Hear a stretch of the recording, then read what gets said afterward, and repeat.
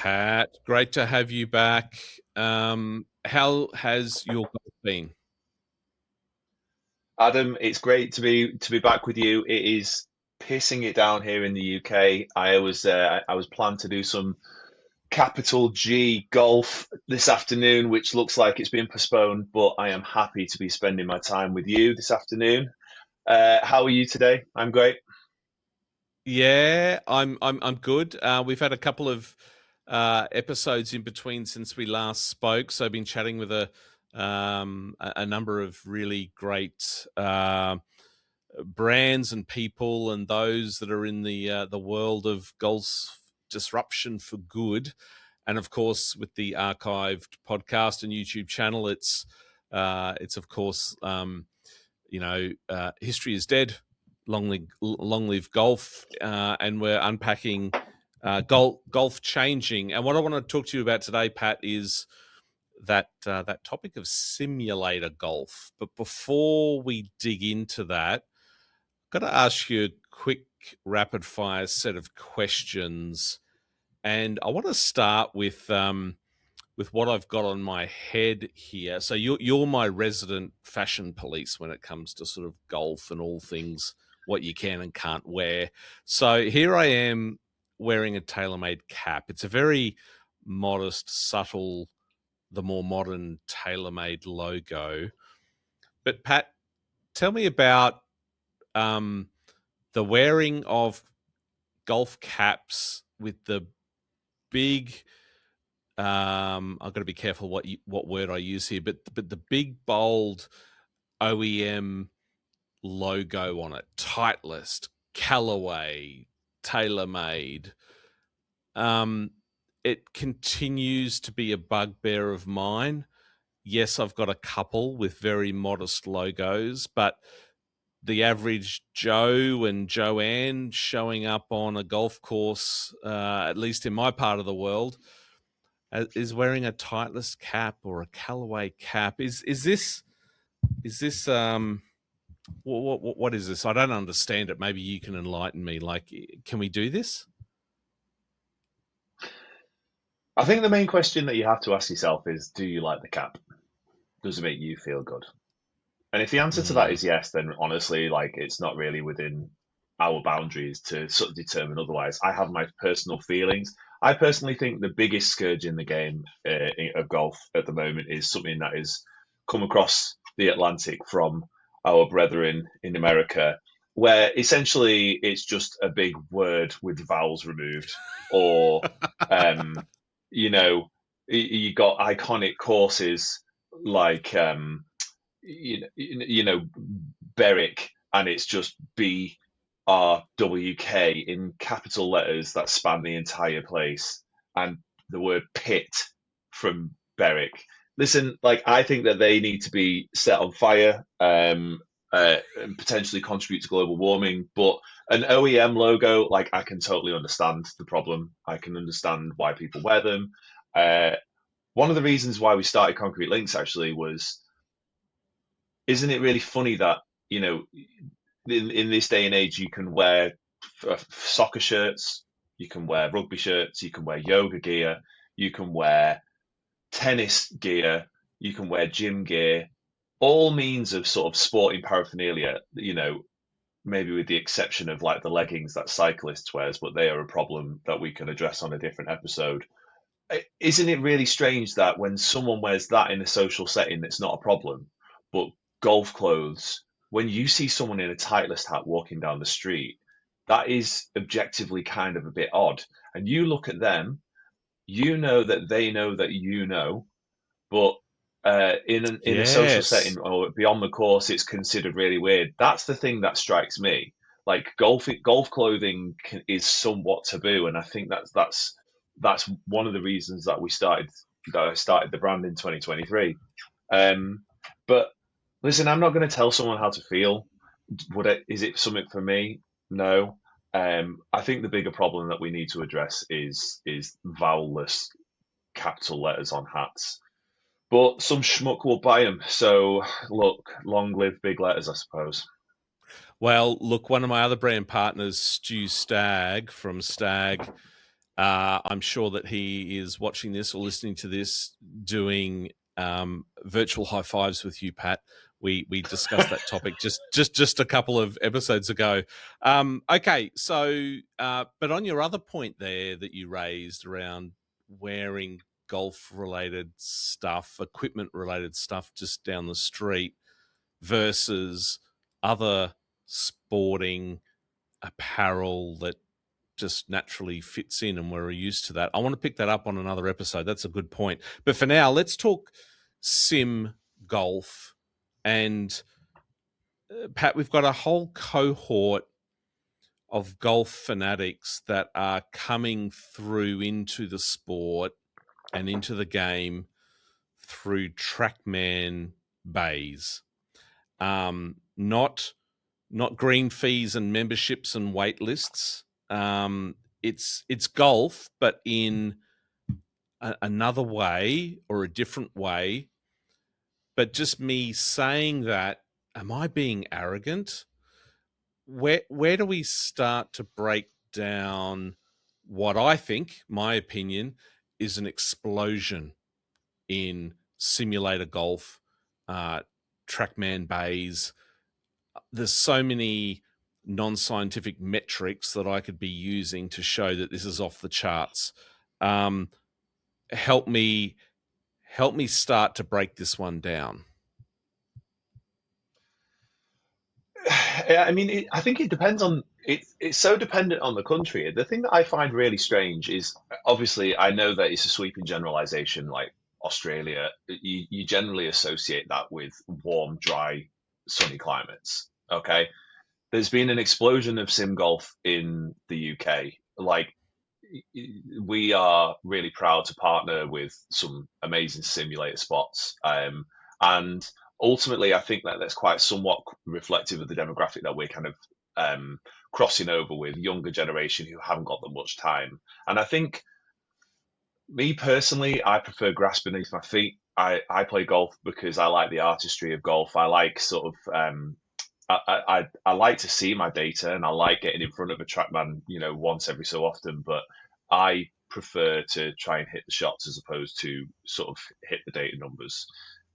However, playing a course on a simulator, I think the large part of that growth is almost exclusively down to the fact that we're so drained and so devoid of time, but we are so into this sport that it scratches an itch without having to essentially reserve 4, 5, 6, 7, sometimes 8 hours on a golf course. Now, if you can kind of find a way to get those two merged and to working together, then I think you're absolutely golden.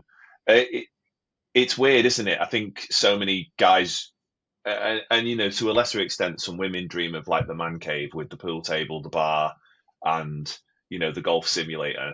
And like, I reckon I would probably have one of those if I had the money, but I also don't really think I'd make much use of it, because I play the game for a different reason. It's the one thing that keeps me away from technology for 4 hours. If I'm playing in a 4 ball, you're talking 3.5, 4 hours. You're processing what's going on in your life. And yeah, you can do that, but I think the fact that there's that meandering conversation that's blocked by shots and congratulating good shots and laughing at bad shots, I think that's what I enjoy about golf. But at the same time, that's what I understand. Time is a premium, and when you have something like, we've got our partners at T Club in Salford, just on the outskirts of Manchester, near Old Trafford, where Manchester United play. And we hosted the Masters Social there, a few weeks ago. We sort of collaborated, and we brought some people, a number of my friends who are just frankly not into simulated golf. They were like blown away by how good it was, how bright it was, how airy it was, the drinks that were on offer, the food that were on offer, the vibes, the actual screens, the simulators. And I think that they've kind of like been away from simulators for, I don't know, 2 years, and they've seen the way that the technology has changed, that it can kind of completely blew them away. And if you're getting into golf now, it's a really exciting period of time. You might only play once a month, but you might want to sharpen your skill set, but you don't want to be grinding in a cold range. Well, that's why sim golf is perfect. And so it all depends. You've got memberships in the UK, they're getting ridiculous. I don't know what it's like in your part of the world, but memberships in the UK, you've got like price increases 4, 5, 8, 10. I've heard a 12% increase this year at a friend's golf club. And there comes a point where it's just not sustainable. You've got rising costs on everything that we're experiencing. We've got the cost of energy going up. You've got the cost of food going up. Everything is expensive, and so paying a membership on a golf course, whether you like grass beneath your feet or not, might not be the answer. But if you still want to scratch that itch, then sim golf is perfect for you. Have you got? We've got them here more and more in Australia. Have you got the 24-hour sims? Where you can go in any time and you swipe a card and you load it up and away you go. No.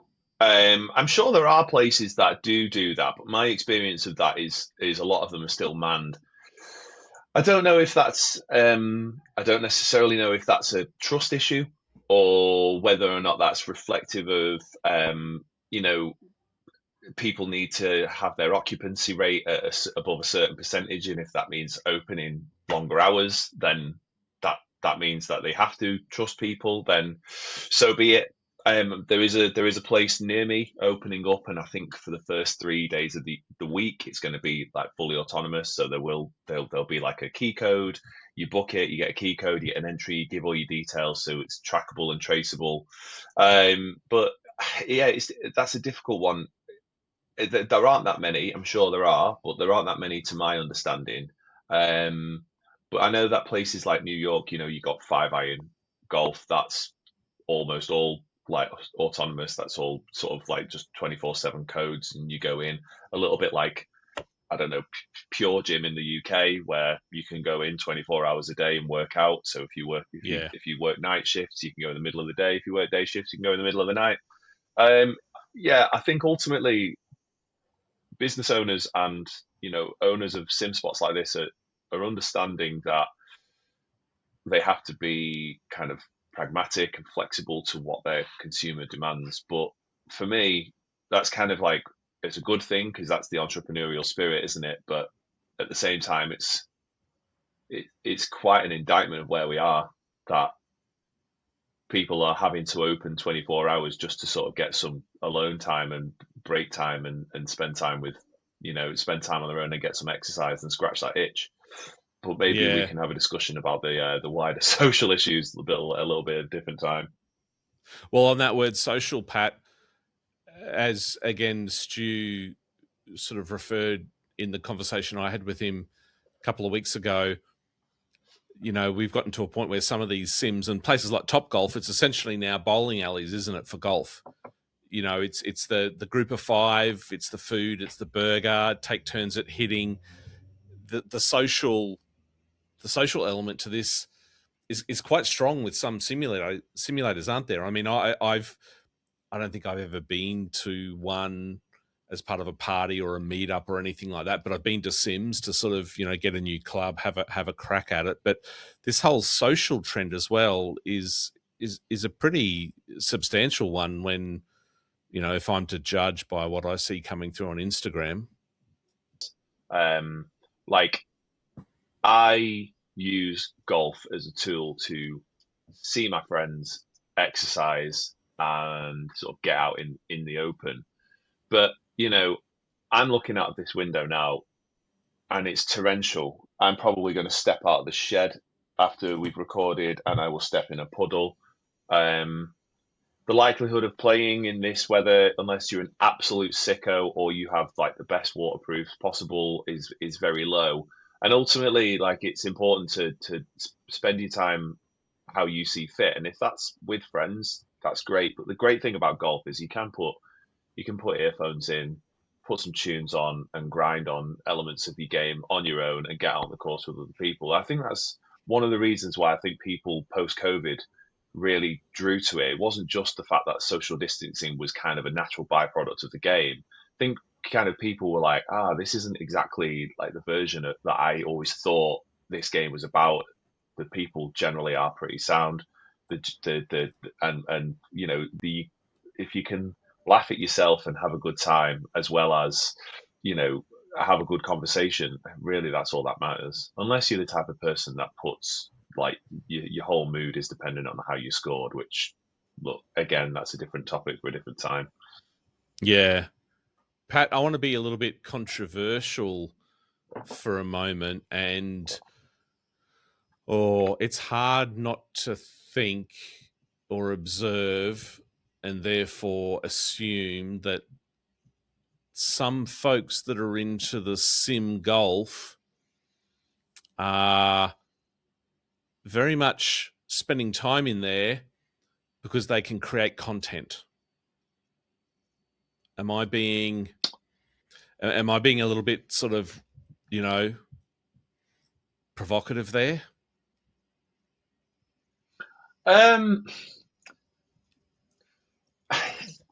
It's tough, isn't it? I think that's just the sign of the times, and it's just an example and a reflection of like where everything is. We live in an attention economy now. The people that tend to do the best are the best at maintaining and retaining your attention. It's not necessarily something that I've always checked in on, but I think that we probably notice that a little bit more because it's within a space that we kind of work within. And you and I, from an age perspective, we're probably, one of the only generations really that sort of had no technology in our earlier years, and progressively technology has become the dominant force in our latter years. And I think it's easy to forget that whilst I can put my phone down and not touch it for 4 hours, especially when I'm playing golf, or I can kind of like lock in and do drawings of designs and so on and so forth. I think it's just inherently more difficult for a generation, from sort of 25 and below to do that because that's all they've ever known. And so it's easy. I can be quite curmudgeonly when it's like just put the phone down. If I play around a golf with someone who's younger, or if I go to a sim spot, I went to a sim spot a while back with someone who was younger, and I expected the phone to be out all the time, and it didn't. And that was weirdly that shouldn't be a surprise, but it was. But they're not in the Yeah. content game. So I suppose it's just a sort of reflection of where we are really. And it, it is frustrating. But I also feel that there's a lot more of a push to like an analog lifestyle. I don't know who's driving that, but a lot of the content that I'm seeing is a lot less about kind of like how can I put 50 jump cuts into a 5-second video? How can I drain you of your dopamine this time? And how can I make sure that I keep your attention for 15, 20 seconds? And it's more just about presenting the person and who they are and who they really like, the life that they lead. And it's a weird kind of voyeurism that we have, isn't it? We think that our lives are so dull that we're obsessed with watching other people's lives, when actually they probably think the same. Um, I suppose I've just gone around about the houses to your question. I don't think it's provocative. I just think it's the way. I just think the world that we live in, everyone has these stupid 6 by 3 inch devices glued to our hands, and the attention economy is probably one of the only ones that matters anymore. Yeah. Depressing, isn't it? Yeah, I know. Now that you raise it, it does have me thinking. I also wonder, Pat. I had a conversation with a young woman a couple of weeks ago at just before I was playing comp out at Capera, and I didn't know her at all. She was a new member. She was sharing how she had been sort of slowly moving into golf for a number of years, and she was scared not to join a club and get a membership, but getting out there on the course. And she didn't have a group of friends around her. She was sort of a little bit nervous and anxious, and she did say that she'd been spending a lot of time, practicing and on the range and in a simulator. Is that? I'm just trying to think back to when you and I were first sort of getting introduced to the game. There were no simulators. There was no social media. It was kind of, I remember just being thrown into the deep end. Like, I remember there was no practice, there was no range session. The first time I was picking up clubs, I was in primary school. I must have been sort of 10 maybe. But now with the sim, with the driving range, with the social element to that indoor simulator experience, you can do it on your own. I wonder if it does provide for some that comfortable stepping stone, maybe. It's it's a really different offering that those coming into golf now have with these simulators, and of course they can do it socially as well. Yeah, I think my golf journey was very similar. Like my granddad was into golf. My dad wasn't able to play golf because he hurt his back when he was younger, and so when I was for 13, 14, 15, I joined a golf club, a really good golf club. At the time, I didn't really realize how lucky I was. It was a place called Sandyway in Cheshire where I grew up. And yeah, you're right. There was no mobiles. There was no social media. There was the internet, but it was still in its very early stages. And we had great practice facilities. And we we had to at the time. I mean, in hindsight, it's very normal now, I suppose, from an adult member perspective, when you join certain clubs to go meet the secretary, meet the captain, and you wear a coat and tie. Now, some people object to that. I don't know whether it's because it was a product of my environment growing up, and so I just became used to it. And sort of Sandyway was quite a prestigious golf club. Um, that was very normal to me. Now, some people might turn their nose up at that now, and I can sort of see both sides of it. But I can also see how someone might be sort of somewhat intimidated by this. There's still a perception about how commonly men still behave in a golf club. And I think I think the advent of social media, and obviously like the women golfers space has kind of really popped off, and I'm all for it. But I think, going back to what I was saying with the attention economy, creators are went through a period of time in which a lot of their content revolved around telling negative stories.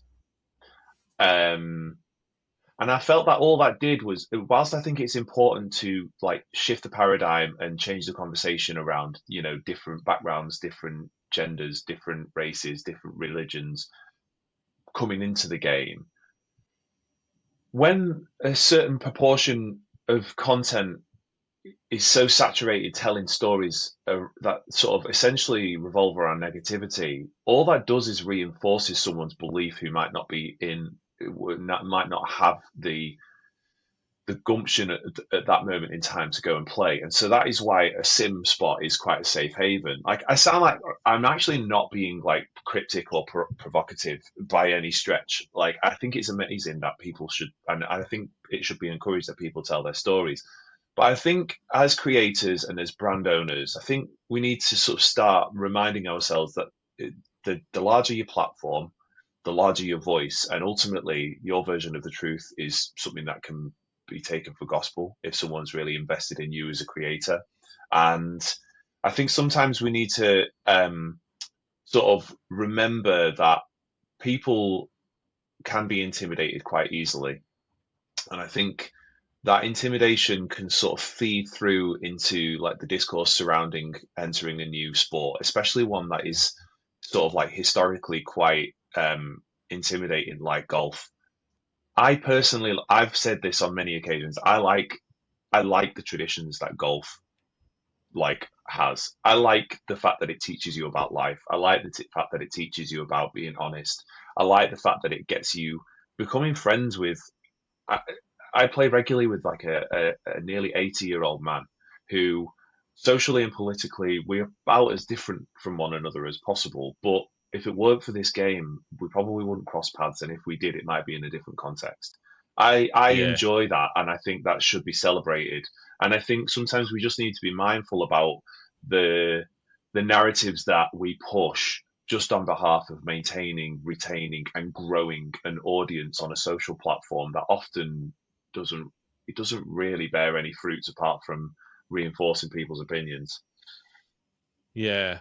So Pat, on the sim, sort of finishing up, wrapping up on that one, I I've sort of, as I said, I've gone into the sim, maybe once this year, 4 times last year, typically around a new club and just wanting to sort of get a sense of, like, I got a 5 wood and a 7 wood earlier in the year.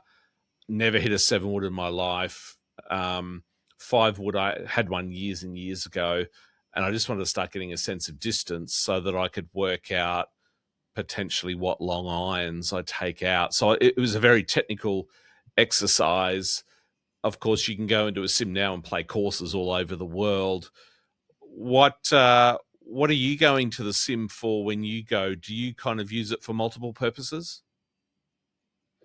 Um, I almost exclusively would only go to a sim to see my data, club path, face control. The days back in the day when I first started, I feel quite embarrassed saying this, but like a lot of my mood would essentially be hung on what I scored that morning. Right, And if right. I scored particularly bad, I would go to the range and grind, and I kind of wouldn't really know what I was grinding on. That's where the sim comes in. Like Yeah, that's what that's why golf is so good now, because they know exactly what to hit, how to hit it. They know exactly their yardage. I was just listening to a podcast this morning about how about the players are kicking off because there isn't enough space to set their TrackMan up on the range before a tournament. And I think that the irony behind that is like that's what's almost removed the artistry from the game. Everyone is mm, so dimensional. The ball flies so far. The ball flies so straight. You kind of like we're progressively kind of moving away from the artistry of the game, which you don't see in the amateur ranks anyway. But it's I think that's what part of the reason why golf has grown so much from a recreational perspective. But I hear less and less discourse surrounding anything but the Ryder Cup and majors. Like I don't care about either tour that much. I'll listen to podcasts and I'll keep updated about it so I could talk about it. But I just think that there's an irony behind like the technology surrounding golf and sim golf. It's amazing for the amateur, but it's sort of diluted the skill set that made watching professionals so great. And maybe that's why people are pining for a more analog, and that's why people are pining for a more they're kind of like leaning into like 90s aesthetics, 90s kind of, we're all pining for an age where technology didn't rule everything. And yeah, I mean, in short, I would go just to sort of hit balls for half an hour and see what was going on. But for me, it's it's only ever three problems. I'm either getting too steep, I'm getting stuck, or I'm turning my body too quickly. And so I'm kind of at a point where I can fix it on the course quite quickly. Um, I, my my sort of shots they come at the expense of like around the green, um, mm, and so I, I would rather grind on a chipping green, and I would think I would probably save more shots if my short game was better, than grinding on a simulator. But that's just me. I'm one of millions of golfers, and so everyone's got a different opinion. Some people just like absolutely smashing a ball into a screen and seeing how far it goes in calm, warm environments, and that's cool, man. You do you. yeah. Pat, on your comment there around tours and watching golf and Ryder Cup and things like that. So we're recording this 13th of May. We are it's a major week. We have the PGA. I'm very excited when it comes to Major Week because I get to watch some quality golf over the weekend. On that word that you used just before, artistry, I'll be doing a little bit of research on Aronimik, watching a couple of YouTube clips. This course looks elite. Like, are you excited? Yeah, I'm super excited, but I have no faith in the PGA to be able to set the golf course up to complement the course in itself. And look, it doesn't matter what side of the fence you sit on. You know, there's going to be people complaining about how difficult it is, and those same people complaining are the same people that think the ball doesn't go far enough. Like the genie's already out the bottle, and you're seeing golf courses like Donald Ross, one of the most prolific architects of his time, said that this is his masterpiece. And Yeah. if there's any moisture, which if there's any moisture, which in Philadelphia in May, there is probably going to be moisture. It's going to be a dart fest because everybody is too long to 95% of the field now carries the bunkers that like essentially provide any strategy. And this is what I'm talking about the artistry. You know, I don't think we should be rolling the ball back to the 1980s and having wound balls or anything like that. But there has to be an understanding that these golf courses in sort of major metropolitan areas, they're not like Augusta, where the tournament is there every year, so they need to make sure that they replicate the style of playing that has gone on for decades and decades, and they can facilitate the purchase of land and move roads and buy people out because it's in the interest of that tournament. Courses like Aronimink and Winged Foot and Bellerive and courses like that who are also from in Philadelphia, they don't have the money, they don't have the resources, and so we're going to watch probably a 7,500 yard golf course get reduced to drive a wedge. And so really, Yeah. if my understanding of Aronimink, I've obviously never played it, but my understanding of Aronimink is the greens are amazing, and it's about positioning. But if you put a wedge in these guys' hands from 100 yards in, they are just so good that it's just not a problem. And so I am super excited for major tournament golf. I am interested, given what's going on at the moment, to see how Bryson and Rahm fare. I think it's probably going to hurt you, but I think it's fair to say that Cam Smith is just not a serious golfer anymore, and he doesn't really strike me that he's that bothered. He's parted with his coach, so maybe that will bring some change, which is a shame because I love Cam. He's one of my favorite golfers. I just think that there's only really 5 or 6 players realistically that can win it, because they're the guys that drive the ball the furthest, and they're great with wedges and great with putting. I just don't want to see. I don't want to see. I don't want to see a 7,500 yard golf course reduced to drive a wedge, and I don't think that 15 to 16 under is reflective of major tournament golf scoring.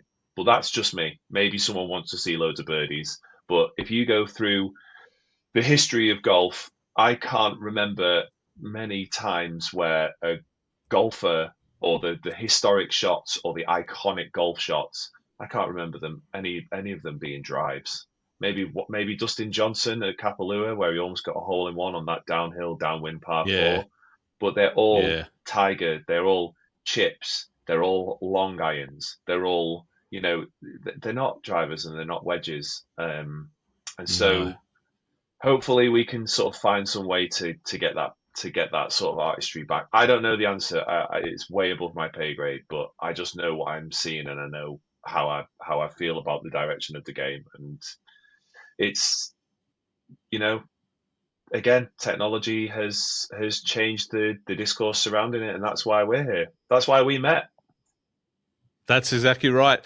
And on performance and clubs and players and majors and wedges, I'm happy to report that I have placed my bets for this week. I put, I only had like, I think 28, I don't know, $31 in my account at the time. So, $7 a piece for a win on Hideki, Victor, Brooks, and Cam Young.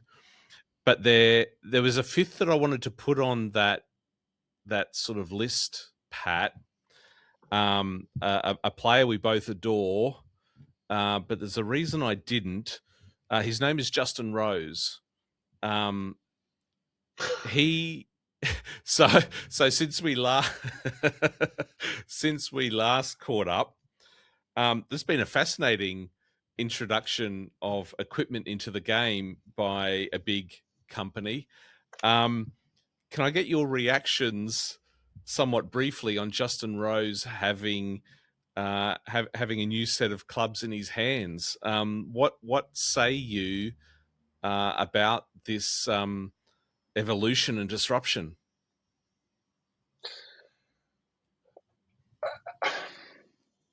First off, I've got to say, like, not that he particularly cares, but Justin Rose is in a position and in a part of his life and a part of his career where he needs to optimize absolutely everything in this day and age to stand a chance. And we've seen that he's dedicated to it. You know, he has an RV with red light therapy, plunge pools, heat pools, you name it. Follow him around the United States of America and beyond. You know, I imagine that costs hundreds of thousands of dollars every year just to sort of maintain that. He drives that around and you know, he goes to so many lengths to optimize his game to stand a chance. I, I personally look. I'm a big Rory fan. I don't think that's a secret. I wanted Justin Rose to win the Masters, and I thought we would. I thought we did it when he hit that shot on 13. I thought we were there. I just feel that the thing is the two things can coexist. If he is ultimately an investor, if I'm right, and so he is he might be contractually obligated, but he is obligated because the optics would look so bad if he didn't play the irons. But we've already we've already seen him do this with Honma. We've already seen him take a small equipment manufacturer and essentially blow his career up for a short period of time on behalf of some obscure club manufacturer. And I don't care about McLaren's Formula One credentials, and I don't care about anything. I think it's bananas. Like when I heard the announcement, I thought I was taking crazy pills. But then at the same time, he says, I don't see any difference in the data. And I was listening to the Fried Egg podcast, and KVV, Kevin Van Valkenburg, who's one of my sort of favorite journalists, mentioned something that just was just so right. And he basically said, like, a musician, Bob Dylan, will have their favorite guitar, and someone will say, I'll make it like for like, same wood, same strings, same everything. And then they'll play it, and something just doesn't feel quite right. Now, Justin Rose was at a point where his bag was optimized as best as it possibly can. And I don't think that there's any coincidence that the two rounds of golf that he's played with have been a disaster. And I just think that that is, unfortunately, I really fancied him for Birkdale. And I think it would have been quite poetic that as he kind of comes to a close on his career and towards the end of his career, if he won at Birkdale, where he broke onto the scene in 1998 as that junior, with his Cobra hat and his red jumper, pitching in from the bunker on 18, lofting his cap in the air. All right, Mark O'Meara went on to win it, and so the story was different. But it would have been such a nice way to tie a bow on his career. And I think, and I hope I'm wrong, and I will hold my hands up. I'm not too big to say I'm wrong, but I think he's kiboshed it. I think his position for the Ryder Cup now at Adair Manor, which would have been his last one, is probably gone. And you've just got to ask why, because Bossman is not short of a few quid. I can't make sense of it. But again, I hope I'm wrong. Yeah, look, and of course, for those that may not be tracking about the conversation we're having here, it's about McLaren coming into golf, and I was going to say signing up, but you're right. They're essentially investors. Justin Rose, Ian Poulter, and was it who was the Michelle Wee West. Yeah. So the first thing that came to mind for me was, Rosie, you're playing some of the best golf in your career right now at that kind of moment. Now, what's ironic? Well, is it ironic? I don't know what I'm saying here. Is that, and I just went onto the interwebs to look this up. Ian Poulter was T12 last weekend at the Live tournament in Virginia, where he's usually tracking in the bottom 10 or 15. So I've got no idea what that means for him. We probably need the third data point of Michelle to have a game to see if it's the irons, the player, or a bit of both, or neither. I don't know. Maybe he's just having a bad weekend. I think Poulter probably just caught lightning in a bottle for that weekend, and this is not a commentary on Live or anything or the setups over there, because I think that's a conversation for a whole other episode. But I think that is about his ceiling is 12th on Live on an easier setup on an easier golf course. It's difficult, isn't it? I personally wouldn't take anything from it. I wouldn't really take anything from Michelle Wee West either. She hasn't played for years. She's become a parent. We all know how that works. It's very difficult. But yeah, it's. I think Justin Rose I think he was probably the metric that people should be looking at as to whether or not this is going to have any tangible success. And I would kind of factor it in with Bryson and his one length irons. If they were that revolutionary and if they were that good, everyone would be using them. Yeah. And that's just not the case. But I suppose we'll wait and see. I'm told that the engineers and the forging process is all of a super high standard, and it's people from TaylorMade, I believe. Right. That's sort of news that I've heard. I'm not too sure, but on a macro level, in a micro environment, I think it's bananas what he's done, and I hope he's not jeopardized the ability to see out the final few years of his career on a real high, because I think there's very few players who really deserve is difficult to say because you get what you deserve, don't you? But I think that there's very few kind of players in the game now who have that resume and you almost still think that they could have done more, and Justin Rose is definitely one of them. Yeah. I mean, he's just been playing fantastic golf. So, Yeah. well, I still wish him well this week in Pennsylvania. So we will wait and see. For those that are watching and listening, make sure you subscribe to the Archived podcast and YouTube channel, Archived Golf on YouTube, archived.golf on Instagram. You'll see all the links in the bio there. Pat, for now, thanks so much for joining us. Look forward to chatting soon. Thanks, man. See you soon. Okay.